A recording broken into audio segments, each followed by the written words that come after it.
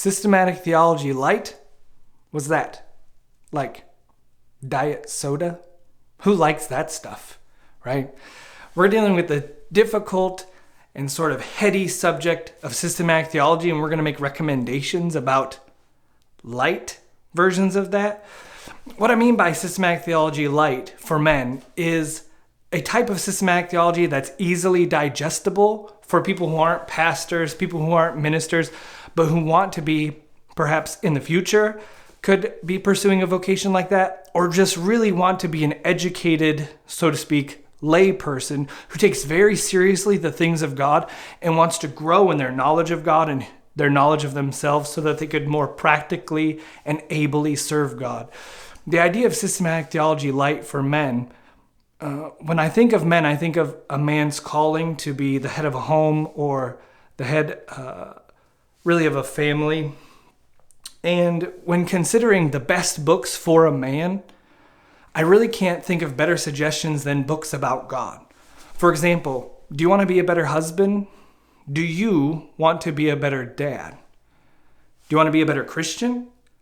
Why read 10,000 books that have such a narrow focus, although I might suggest books like that at some point in time. But when we really narrow in our focus like that, we lose the perspective of what is going on. Why are we doing this?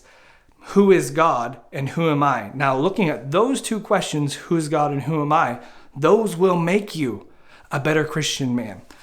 So when we consider today the topic of systematic theology light and my recommendations for men, we're going to leave off some bigger volumes, like, even though they're great, like Vilhelmus of Brackel's A Christian's Reasonable Service. I started reading this, I haven't finished it, and that's another sort of caveat to give about this list. The 3 recommendations that I give you later in the video, with one honorable mention that I haven't finished yet, are books that I've read all the way through, with the exception of the honorable mention. So these are books. I started Christian's Reasonable Service. I haven't finished it, although it's a good one. We're not going to talk about Petrus van Maastricht's Practical Theology or Turretin's Eclectic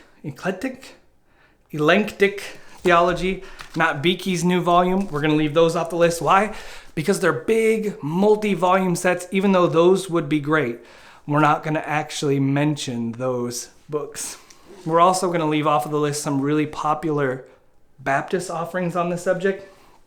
And that's because I haven't read them yet. So we're not going to talk about John Gill's Body of Doctrinal Divinity. We're not going to talk about John Leedy Dagg's Manual of Theology. What is he? Can we do it? What? Okay. We're not going to talk about James Pettigrew Boyce's Abstract of Systematic Theology, even though those Baptist systematic theologies would be great suggestions. We're not going to mention those. So let's jump into the books that I actually recommend right now for men to read as a light systematic theology. A way to understand God's plan for and revealing himself through his word and his works in the world, who he is and who we are. The first one I'm going to recommend is one that really changed my life and my understanding that the scriptures really did present this sort of structure of truth that made sense, that had a bunch of pieces, but it had a foundation, and each part was built upon the one which came before it. And that book is Christian Doctrines by J.M. Pendleton. This one's printed by Judson Press. And James Madison Pendleton would have been a Baptist that subscribed to something like the New Hampshire Confession of Faith. That would have been the confession of faith that was most prevalent in his areas, and really at the time that he was a minister of the gospel in the 1800s. But what this book taught me was that the scriptures are given to us by God. They reveal who God is, what his plan for the world is, who is man, how is man redeemed, and who is Christ, how is Christ our mediator, and building on from there. And so really, this showed me and let me see the sort of world of systematic theology.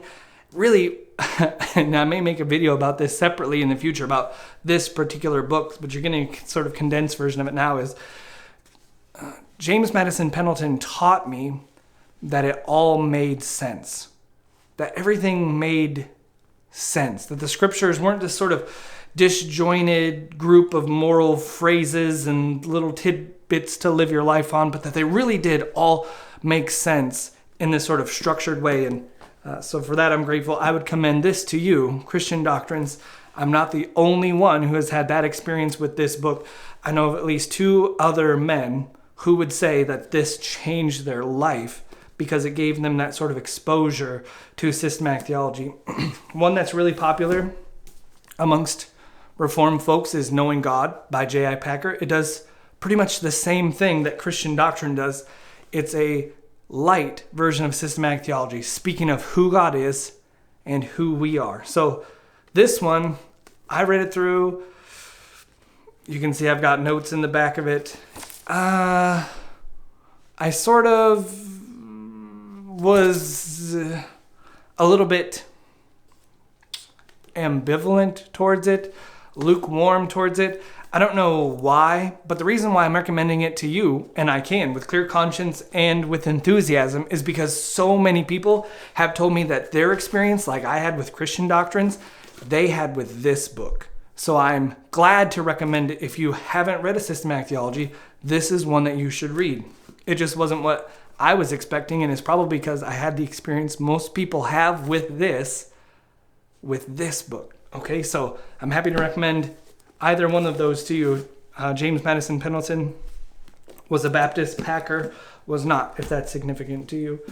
The last recommendation that I give as a systematic theology light is the Baptist Confession of Faith and the Baptist Catechism. So you can get this version either in hardcover or softcover from Solid Ground Christian Books.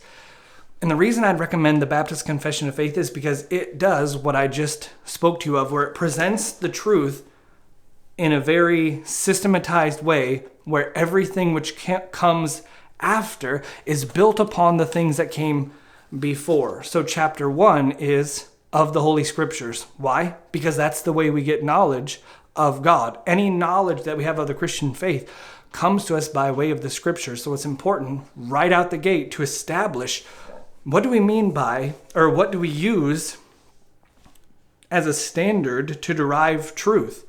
So the first chapter is, what is that standard? And it's of the Holy Scriptures. And then it only makes sense that chapter number 2 is of God and the Holy Trinity, because it makes sense that, well, okay, we have these scriptures given to us by God. Who is this God? And chapter number 3 is of God's decree, dealing with what is God's plan. So we've got the scriptures, that's our way of knowing truth. We've got the God who is revealed in that scriptures. What's his plan for the world? And that is his decree. So chapter number 3 is of God's decree. Chapter number 4 deals with the creation. Chapter 5 is of providence. Chapter 6 is the fall of man. Chapter 7 is of God's covenant, because man has fallen, so God has condescended and revealed himself to man by way of covenant, showing the way of man's redemption. So chapter number 8 deals with Christ, the mediator of that covenant, and you can see how each chapter builds up into who God is, who man is, what's the way of redemption, and then how can we serve this God. So, and that's why it's such a great systematic theology light, is it gives you that exposure to the overall structure of who God is and who man is with scripture proofs, so you can go through. And then in addition, in the back, it has the Baptist Catechism, which probably answers questions that you have. I tell you, I was watching a tour of Paul Washer's library, and he said he was angry when he read the great confessions of faith, like the Baptist Confession of Faith, not because of anything that was in there that he disliked or despised, but because so many things that he had been wrestling with and toiling over in the scriptures were just set forth clearly in a way that didn't contradict, in a way that just made sense. So availing yourself of these classic post-Reformation confessions could really be helpful to you as a man in being a husband and being a father and being a great human being. Okay? And by really setting yourself to study theology, the knowledge of God, and the knowledge of yourself, you set yourself up to be excellent in each of those vocations to walk before God humbly and acceptably with reverence and godly fear. So the Baptist Confession of Faith and Catechism, 2 thumbs way high up. The last one that we're going to mention as an honorable mention, one that I haven't finished, so there's the caveat. I haven't finished it, but I'm into it and really enjoying it, and that is The Wonderful Works of God by Herman Bavinck. So Bavinck was this English version was translated from the Dutch, and so he was a Dutch speaking theologian, and it was originally appeared as Our Reasonable Faith. And this is totally different than Bavinck's 4-volume Reformed Dogmatics, and it's different than the 1-volume condensed version of his Reformed Dogmatics. This really was meant for the common man to understand really the wonderful works of God. And that is, once again, who God is and who we are. And it follows the same structure of how do we know this God? How has he revealed himself? What is the nature of revelation, whether it's special revelation or natural revelation? It deals with all of that. And those are the sections that I'm in now. You can see I'm just in the very beginning of it. But I'm really enjoying it. And so I would commend that to you. If you want a bigger one, okay, if you want Systematic Theology Lite plus size, then get The Wonderful Works of God by Herman Bavinck. That's all the recommendations that I have for you today. If you have any questions, feel free to ask me. And I do wish you well.